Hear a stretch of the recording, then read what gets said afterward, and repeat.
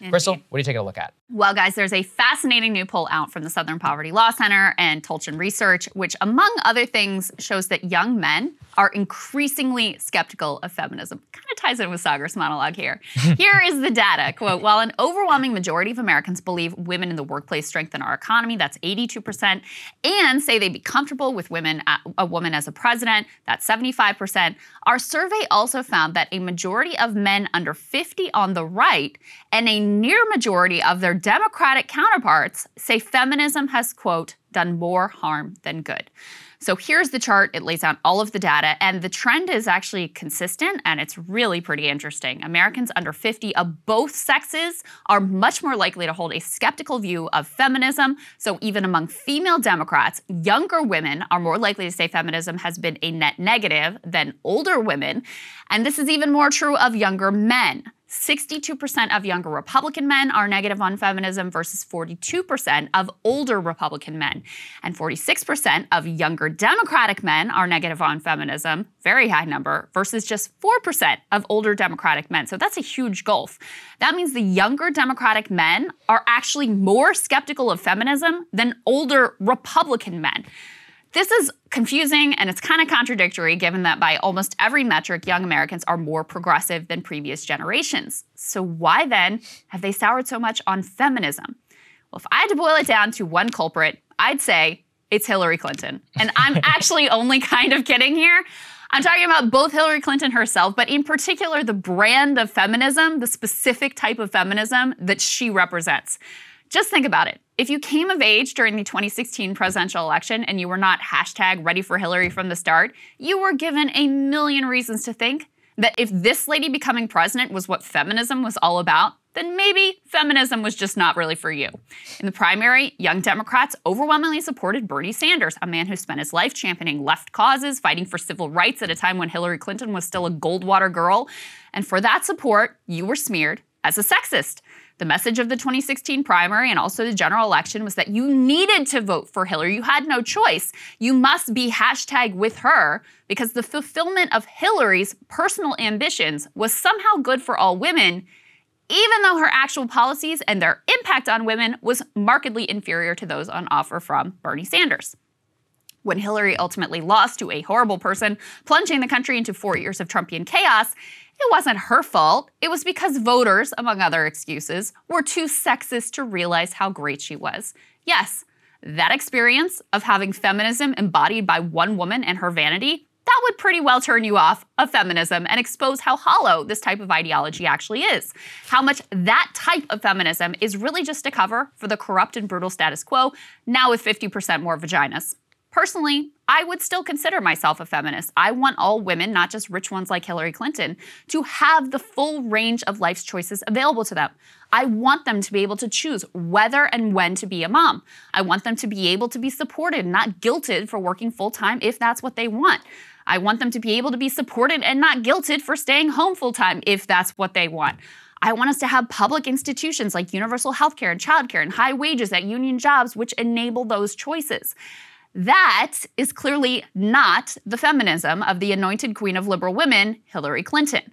The liberal feminism of a Hillary or a Kamala or sadly these days of an Elizabeth Warren, it's largely symbolic and it's largely for wealthy professional women. Remember Warren's promise to wear a pink Planned Parenthood scarf at inauguration, or going back pre-Hillary, the Gamergate cultural moment, where feminists passionately dedicated themselves to the vital work of getting big tits out of video games, convincing some segment of young men that feminism wasn't so much about treating women equally as it was about making sure dudes didn't have too much fun.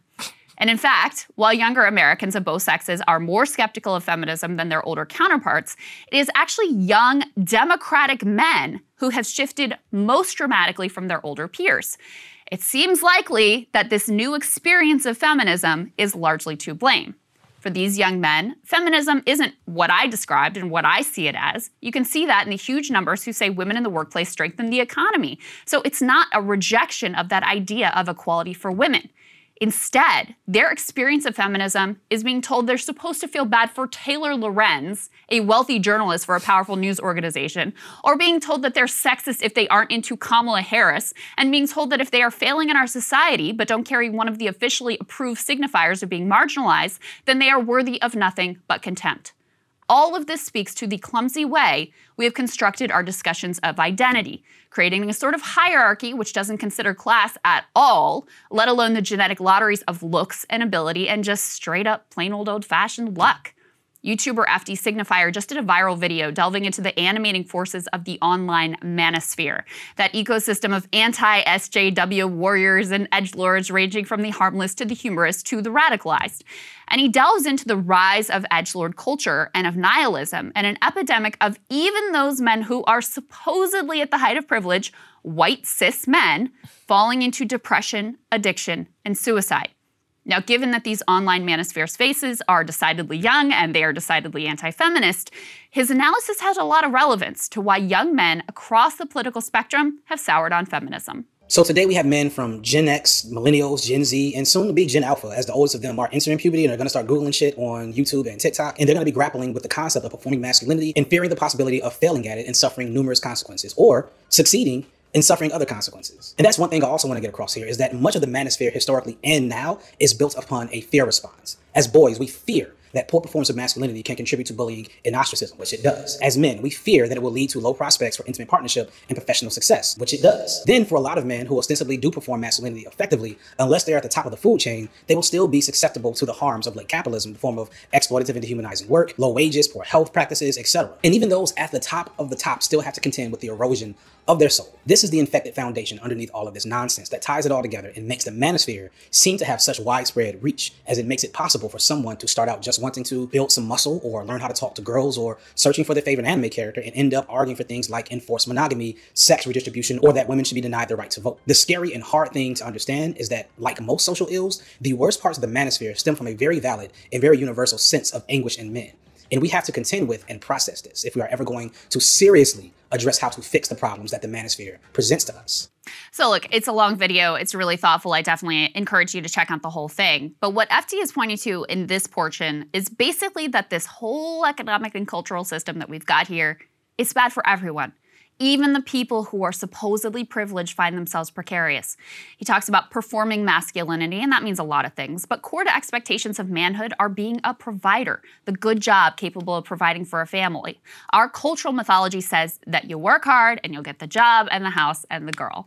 But the reality of our late-stage capitalist society is that that middle-class stability has been stolen from millions. No wonder that millennials and Gen Z men who have had their future stolen are increasingly telling pollsters feminism has been harmful, because the liberal girl boss feminism offered by Hillary Clinton and co. doesn't offer any explanation for why men may live paycheck to paycheck, struggle with depression, and wrestle with the terror that they will never be able to obtain what society has told them it means to be a man. Now, if that ideology offers them anything at all, it's contempt and an admonishment to check their privilege. Why should young men embrace an analysis, the most hollow version of which has nothing to say about their own condition? In the absence of a political project to recognize the dignity and humanity of everyone, men are left struggling with the same crises of meaning as everyone else, but frequently without the compassion that society may have for other demographic groups. Now, if these polls indicate that young Americans are seeing through the type of hollow identity politics that Hillary Clinton represents, I see that as progress. If they're rejecting the notion that we should uncritically cheer the latest girl boss corporate CEO or CIA chief or political ghoul, that's fantastic. But now it's up to us to offer an alternative that exposes the true villains, the corporate profiteers, the corrupt politicians, and a rigged economic system, not their fellow citizens of all races and genders who, like them, are just wrestling with the human condition. Thought a lot about this one. Yeah, it's interesting. Cable news is ripping us apart, dividing the country, making it impossible to function as a society, and making it impossible to know just what is true and what is false. But the good news is they are failing and they know it. That is why we're building something new, a new mainstream, a healthier one, something more trustworthy, something that we are going to need in one of the most pivotal times in American history. We are building up here for the midterms, for the upcoming presidential election, but we need your help. So if you can help us out by becoming a premium member today at breakingpoints.com, we're trying to change America for the better and the entire world. So what are you waiting for, guys? Go to breakingpoints.com and sign up and help us build a new mainstream.